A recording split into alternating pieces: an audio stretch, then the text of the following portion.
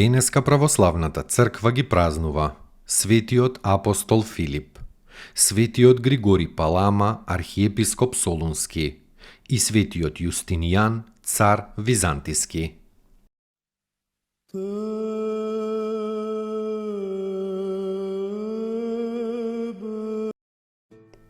Светиот апостол Филип роден е во Вацаида кај Галилејското езеро како Петар и Андреј. Од малечок научен на Светото писмо, Филип веднаш одговорил на повикот на Господа Исуса и тргнал по него. По слегувањето на Светиот Дух, Филип ревносно го проповедал Евангелието по многу страни на Азија и по Грција.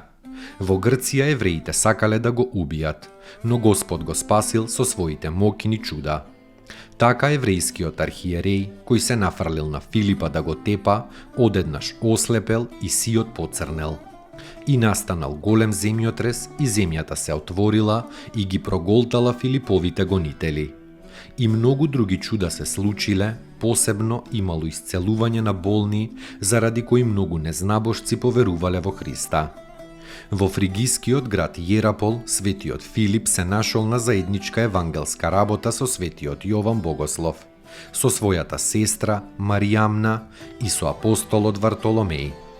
Овде имало некаква голема змија. Неја незнабожците грижливо ја хранеле и се поклонувале како на Бог. Божите апостоли со молитва како со копје ја умртвиле таа змија. Со тоа го привлекле гневот на помрачените луѓе. Разлутените незнабожци го фатиле Филипа и го распнале на дрво наопаку. Потоа го распнале и Вартоломеја. Тогаш земјата се отворила и ги проголтала судијата и многу други со него.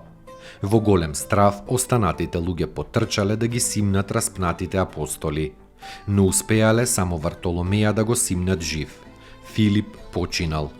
Вартоломеј на крстените за епископ им го поставил стахи, кого пред тоа тој и Филип го исцелиле од слепило и го крстиле.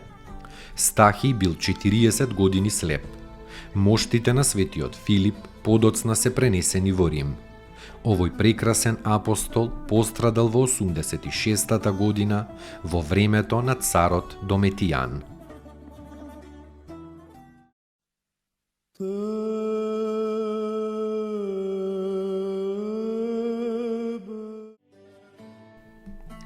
Светиот Григори Палама, архиепископ Солунски. Таткото на Григори бил познат чиновник на дворецот на царот Андроник II Палеолог. Надарениот Григори, кога ги завршил световните науки, не сакал да појде на дворска служба, туку се оддалечил на Светагора и таму се замонашил. Се подвизувал во Ватопед и во Лавра. Водел борба со еретикот Варлам и најпосле го победил. За митрополит Солунски бил посветен во 1347-та. Бил прославен и како подвижник, како богослов, како јерарх и како чудотворец. Наизменично му се јавувале Пресвета Богородица, светиот Јован Богослов, светиот Димитри, светиот Антони Велики, светиот Јован Златоуст и ангелите Божји. Управувал со Солунската црква 13 години, од кои една година поминал во робство кај сарацените во Азија. Мирно се упокоил во 1360-та и се преселил во Царството Христово. Моштите му почиваат во Солун, каде што се наоѓа и прекрасна црква во негово име.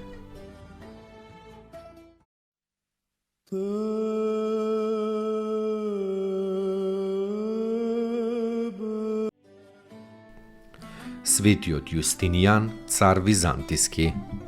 По потекло Словен, од околината на Скопје. Словенското име му било Управда. На престолот го наследил својот стрико Јустин. Големината на овој цар неразделно е поврзана со неговото длабоко православно верување. Верувал и живеел според верата.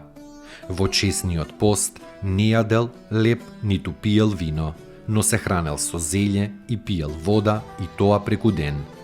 Завојувал против дунавските варвари, само затоа што овие ги кастрирале заробениците. Тоа го покажува неговото возвишено чувство на човеколюбие. Среќен и успешен во војните и во работите. Изградил голем број прекрасни храмови, од кои најубав од најубавите е Света Софија во Цариград. Ги собрал и ги издал римските закони. Самиот тој создавал многу строги закони против неморалот и расипништвото. Ја составил црковната песна Единороден Сине и Слове Божји, која почнала да се пее на литургијата од 536 година. Го свикал Петтиот Вселенски собор во 553 година. Мирно завршил на 14 ноември 565 во 80 година од својот живот и се преселил во царството на небесниот цар.